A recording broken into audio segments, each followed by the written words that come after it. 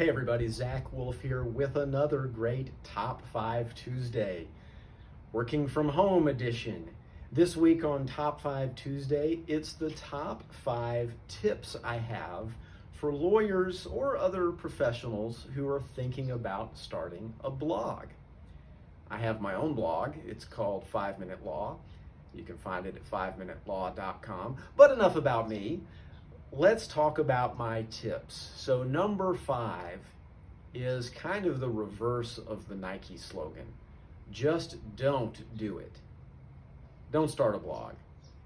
I'm telling you, it will consume your life. I've been doing it 4 years now. If you're a lawyer, every judicial opinion you read, you'll think about, how do I turn this into a blog post? Every conversation, you'll find yourself steering it towards that week's blog topic. It will take over your life.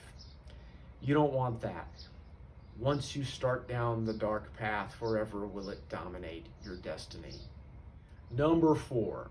Okay, if you must start a blog, then don't try to write the blog post yourself, just outsource it.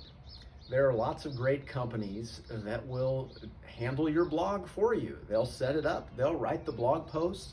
All you've got to do is tell them what's your practice area and give them an idea of what kind of posts you want. Let them do the work. Now, the only downside of outsourcing to some company like that is usually they want money for it. So if you don't want to spend money to have somebody write your blog, then if you're a partner at a law firm, another option is just have an associate write your blog posts.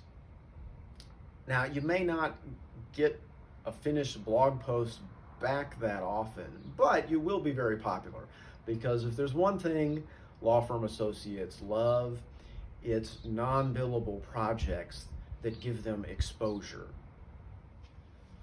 My number 3 tip for any lawyers thinking about starting a blog is be careful not to put any of your own personality into the blog posts. This is kind of related to number 4, because if you let somebody else write it, then that helps avoid getting your personality into it. The last thing you want to show to potential clients is that you're quirky, especially if you're looking for sophisticated corporate clients. The more bland, the better. So be careful, don't try to be too funny, and above all, avoid any sense of irony at all. Oh, and please, no opinions. In fact, let's make that number 2. Avoid expressing any opinion on any controversial subject in your blog posts.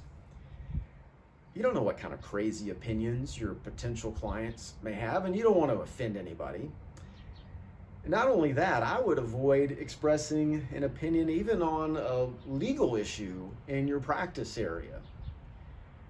That could go horribly wrong. Imagine you write a blog post giving your opinion on a legal issue, then you have to go to court to argue that very issue, and opposing counsel doesn't even do you the courtesy of reading your blog post and citing it against you.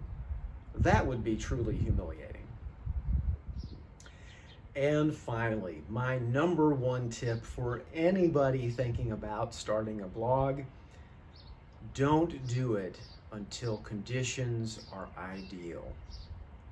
Everything needs to be perfect before you do the hard work of starting a blog. So if you've got a bunch of client tasks that you still need to do, if you still got 500 emails in your inbox, if you haven't done the Marie Kondo plan, if you're still trying to lose weight and fit into those pants that used to fit you before COVID-19, get all of that done first so that conditions are ideal for starting your blog.